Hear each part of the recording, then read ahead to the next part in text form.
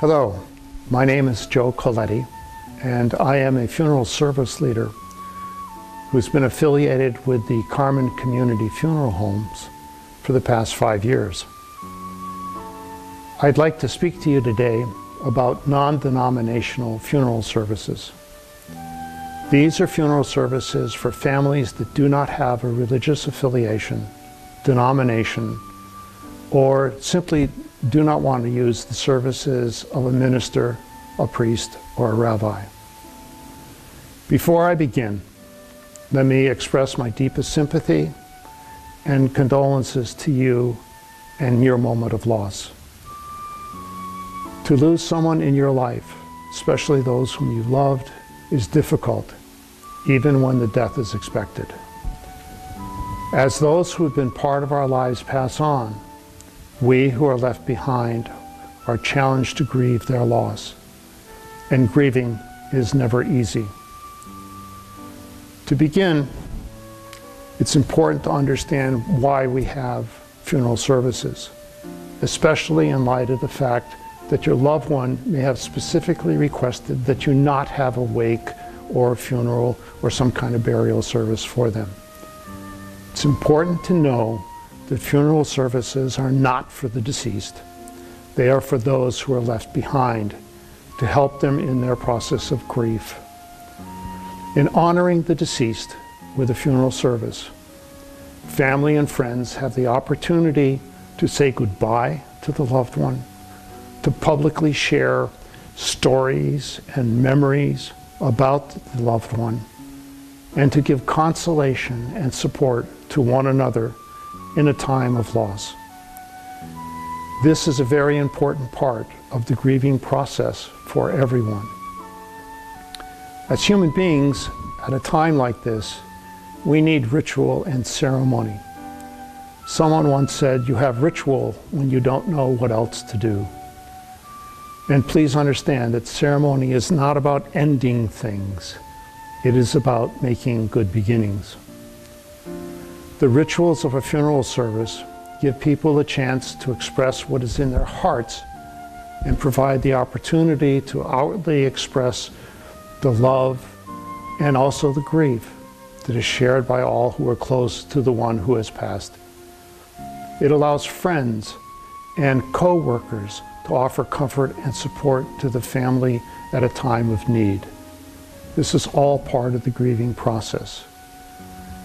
Whereas before death, your loved one may have requested that you not have anything at all.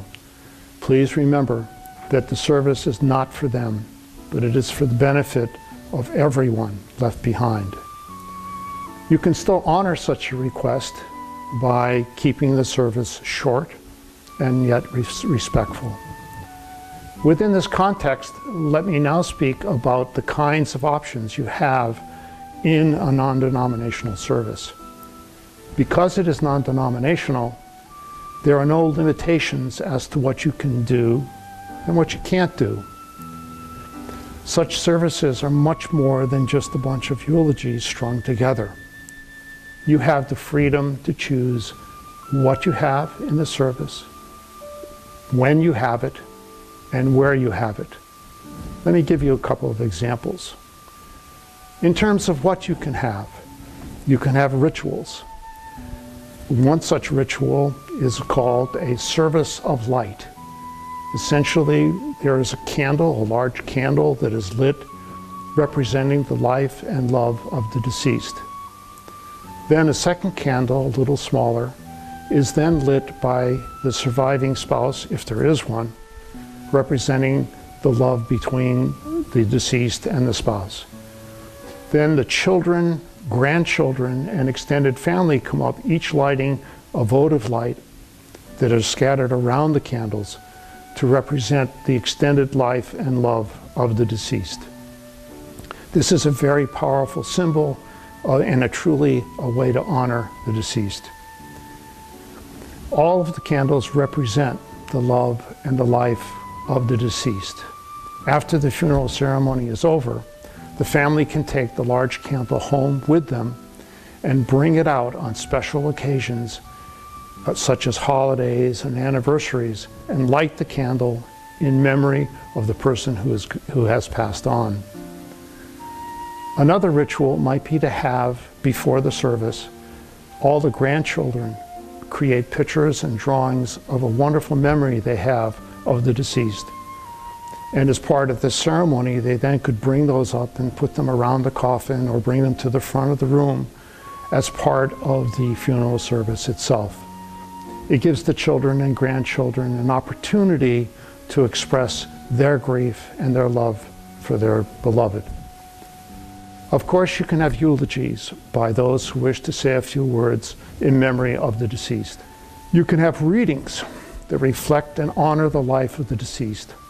You can have readings that reflect and honor the life of the deceased, or reflect the deceased's wishes for family and friends. Readings can be those that have special meaning for you at this time. They can, for example, be wonderful poetry readings about hope, about courage, love, and life.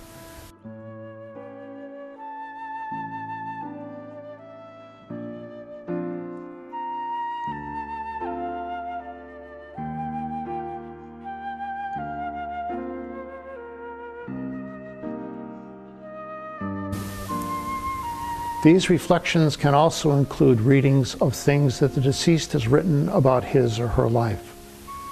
Before death, some people have written a legacy letter that they wish to be read at their funeral service. Such a legacy letter is a powerful and moving part of such a ceremony. Music can be included as well. At a recent service, a family chose to play a song that the father used to sing to his little children when they were young.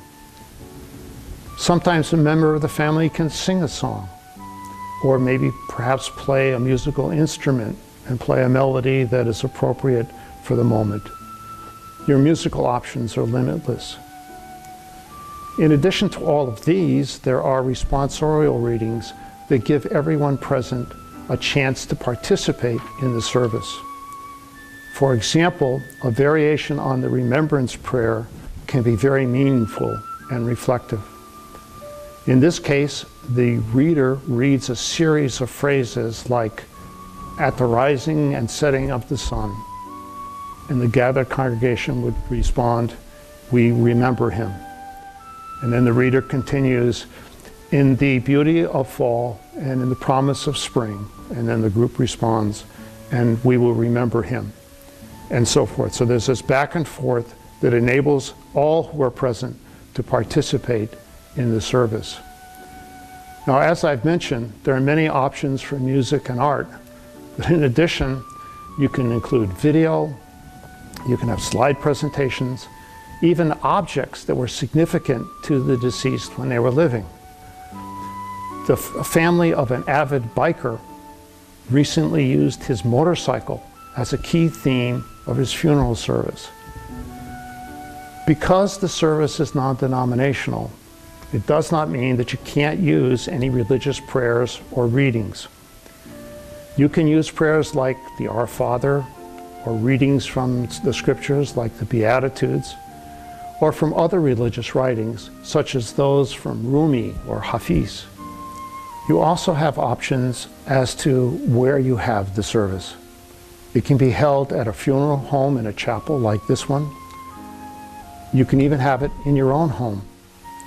You can have it at the gravesite or a place that had special meaning for the deceased.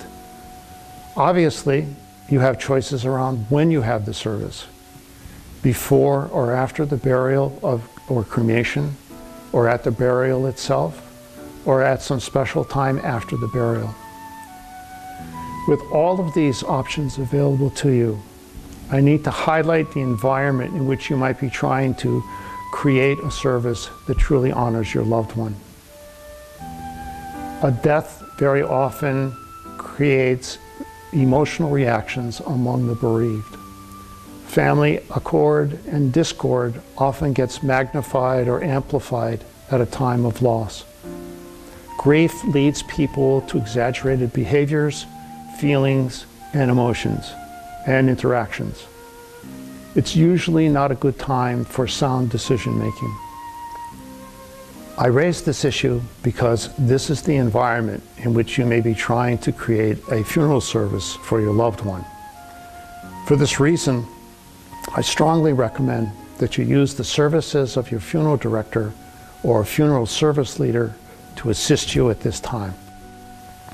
A funeral director has years of experience and can share a vast array of resources to support you in your attempt to create a service. A funeral service leader could also come to your home or meet with you and your family at the funeral home to help you at this time. The ideal is to create a service that truly honors your loved one. I hope that this presentation has been helpful to you. And again, I offer you my deepest sympathies and condolences at your time of loss. Thank you for your time and attention.